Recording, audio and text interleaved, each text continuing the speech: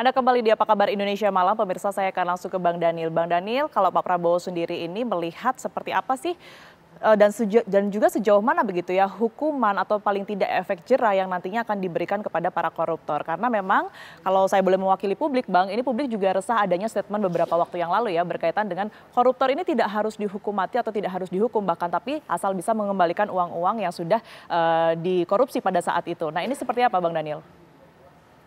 Iya, Mbak Tiara, pertama posisi Pak Prabowo adalah posisi kepentingan nasional dan kepentingan rakyat. Artinya penegakan hukum harus berkeadilan dan memenuhi rasa keadilan masyarakat.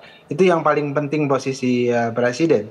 Nah, dalam konteks saya sebutkan tadi kepentingan nasional adalah bagaimana kemudian praktek korupsi ini bisa ditekan sedemikian rupa sehingga kemudian bisa menghadirkan efek kesejahteraan, karena anggaran yang seharusnya digunakan untuk kepentingan rakyat itu ketika dikorupsi maka kita kehilangan kesempatan untuk memberikan pelayanan terbaik kepada masyarakat. Oleh sebab itulah ketika korupsi ditekan, kita bisa memaksimalkan pelayanan terhadap masyarakat. Nah, ini yang kemudian saya sebut tadi, bingkai Pak Prabowo adalah kepentingan nasional. Kemudian kedua, rasa keadilan rakyat. Nah, tentu rasa keadilan rakyat atau rasa keadilan publik ini tergantung tadi para hakim, para jaksa, kemudian penegak hukum lainnya.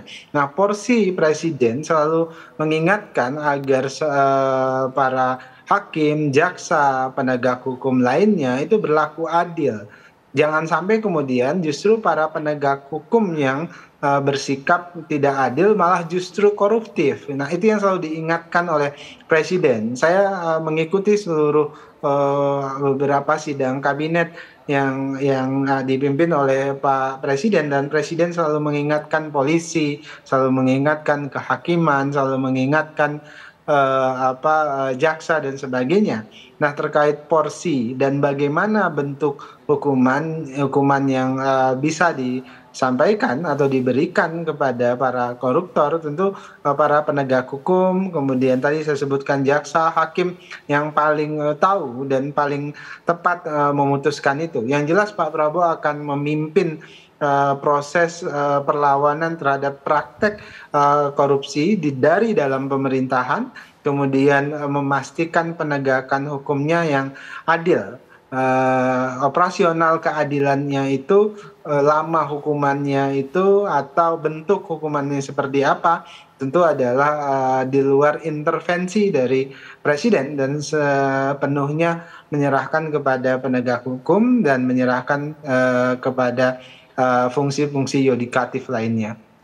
Baik, saya ke Prof. Hipnu. Prof. Hipnu, kalau Anda melihat sendiri tadi sudah disuarakan ya oleh Bang Saur, ini harusnya ada hukuman mati atau paling tidak ada efek jera lah yang kemudian ini membuat para koruptor ini tidak berani kemudian melakukan atau bermain api lagi. Nah, ini Anda sendiri melihatnya seperti apa? Karena memang kalau tadi sudah disinggung oleh Bang Daniel juga bisa jadi ada pihak-pihak tertentu ya dari oknum-oknum ini yang bisa menjadi celah untuk hal-hal yang bisa dikatakan korupsi berikutnya begitu. Ini ada bukti yang kemudian ini tiba-tiba tidak bisa diadili di pengadilan dan juga lain sebagainya. Ini seperti apa, Prof. Hipnu? Ya, begini Mbak. Kalau kita lihat berdasar survei LSI kemarin, jadi alhamdulillah penegakan hukum Indonesia itu berjalan ke arah yang lebih baik. Walaupun belum 50%. Ini dasar survei. Kemudian yang kedua, terhadap efek jera. Memang dimungkinkan pidana mati. Tapi pertanyaannya sekarang itu masih menunggu 30 orang, 300-an pidana mati, Mbak Tiara. Di Nusa Kambangan itu ada 237 mati, tapi nggak mati-mati. Nah, ini yang jadi problem lah. Oleh karena itu bisa dilakukan, tapi dalam keadaan darurat ekonomi. Karena pertanyaannya, Indonesia darurat ekonomi atau tidak? Itu yang pertama. Yang kedua, kalau menurut saya itu bisa memaksimalkan pidana yang diancamkan dalam pasal yang didakwakan. Kalau kasus ini nanti terbukti pasal 2, pasal 3, itu adalah maksimalkan 20 tahun dan seumur hidup. Nah, satu. Yang kedua, tindakan ini kan tindakan for handling kalau istilah hukum. Jadi perbuatan berlanjut dari 2018 2019, 20, 21, itu berlanjut. Dengan demikian, sebagai perbuatan berlanjut ini adalah pidana pokok 20 tahun ditambah sepertiganya. Saya kira itu suatu luar biasa. Ini karena kalau kita lihat perkembangan tren penegakan hukum sekarang, alhamdulillah tindak pidana korupsi semua naik. Kemarin mantan Menteri Pertanian naik, kemudian mantan Direktur Pertamina juga naik, kemudian kasus-kasus batu bara, kasus-kasus di Pangkal Pinang naik semua. Ini saya kira suatu tren yang sebagai bentuk khusus korupsi. Kalau kita pendekatannya ada pendekatan keadilan yang retributif, artinya sebagai bentuk pembalasan khusus kasus-kasus yang merugikan keuangan negara. Oleh karena itu, dalam kasus ini saya kira tidak perlu khawatir. Kalau melihat perkembangan kasus yang sekarang, mudah-mudahan khusus kasus Pertamina tidak tanda petik masuk angin. Sehingga putusan baik penuntut umum, baik majelis yang searah, seirama. Karena bagaimana juga penyidikan, penuntutan, peradilan suatu sistem. Apa tujuannya adalah untuk keadilan masyarakat? Apa tujuannya untuk memastikan bahwa itu menjadi efek jerah? Apa tujuannya untuk mengembalikan aset-aset yang dikorupsi dari suatu tindak pidana korupsi? Begitu Mbak Tiara. Baik, tanda petik tidak masuk angin begitu ya Bang Saur. Ya, Mbak Tiara tadi bagus Prof. Ibnu menyebutkan ada 30 yang sesungguhnya menunjukkan tidak mati-mati aja gitu ya. Yang 30 ini saya bisa pastikan ini kemungkinan besar adalah teroris kalau tidak narkoba. Bukan korupsi ya? Bukan korupsi. Mbak Tiara, dalam konteks hukum kita, korupsi itu juga disebut extraordinary crime. Dan kalau saya merumuskan sekarang yang paling mengerikan, korupsi ini yang kita bilang itu ada liga sekarang ini Indonesia. Liga korupsi tentang timah 270 triliun. Ini memungkinkan ribuan triliun. Saya tidak mengatakan Pak Ibnu bukan bagian saya kapan mereka dimatikan. Tetapi jahatnya korupsi ini, katakanlah saya menganalisa apa yang di konstruksi jaksa. Mereka ini telah mendapatkan gaji yang sangat sempurna di atas rata-rata orang Indonesia sebagai warga negara. 1 miliar ya? Dan dia, bahkan. Iya, dan dia yang menentukan penentuan ini harga.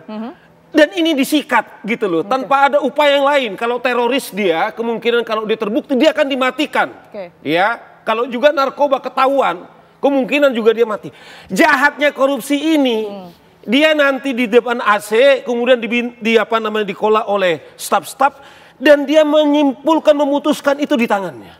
Tapi sudah ada jaminan tadi oleh bahwa karena itu soal nggak segera dia dimatikan, maksud saya adalah bahwa kejahatan ini adalah sekarang kita harus declare. Ini kejahatan yang pertama. Pak Ibnu, saya kira sekarang kita dalam keadaan ekonomi yang susah Pak. Saya kira kategori apakah ekonomi kita susah Pak. Sekarang orang teriak-teriak di jalanan untuk sekedar makan ini Pak, di setiap tikungan. Itu kita lihat telanjang. Saudara-saudara kita yang sekarang ini tidak dapat kerja bahkan di PHK. Sangat luar biasa. Tapi ada saudaranya masih mampu mengambil. Terlepas nanti apakah segera dieksekusi. Tapi menurut saya ini akan segera kita lakukan. Bahwa kejahatanmu itu adalah kejahatan yang extraordinary crime. Memiskinkan 280 juta rakyat Indonesia. Termasuk 3 narasumber. Pak Ibnu dengan juga Daniel. Setiap hari kita pergi ke pom bensin, kita dibayangi ketakutan. 280 Indonesia adalah korban peristiwa ini. Jadi ekonomi kita terguncang. Nah oleh karena itu apakah segera mereka tidak ditembak, dimatiin soal lain. Tetapi usul saya Pak Daniel, segera mereka tempatkan nanti mereka di mana lapas kita yang paling keras.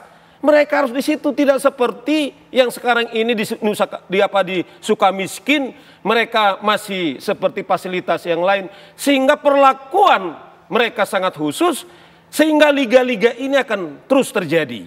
Baru yang kedua menurut saya adalah melalui diskursus ini Mbak Tiara, RUU Perampasan Aset Bro Daniel ini segera didorong pemerintah segera diundangkan, sehingga para koruptor ini kemudian hasil-hasil ini segera dirampas pemerintah untuk memulihkan ekonomi atas kerusakan mereka ini gitu loh. Jadi sepakat saya Pak Ibnu, memang sekarang ada 30 ngantri. Tetapi koruptor-koruptor ini juga mereka juga melakukan satu kejahatan yang sangat luar biasa. mereka juga harus diperlakukan begitu dong, adil. Apakah segera mereka ditembak soal lain. Tetapi sebagai rasa keadilan kita. Kasus ini 287 rakyat Indonesia juga mendapatkan korban atas peristiwa ini. Harus ditindak tegas begitu ya artinya ya Bang Saur. Nanti tentu saya akan meminta tanggapan dari Prof. Hipnu seperti apa, kemudian juga Bang Daniel. Tapi kita jeda terlebih dahulu, usai jeda berikut ini Apa Kabar Indonesia Malam akan kembali.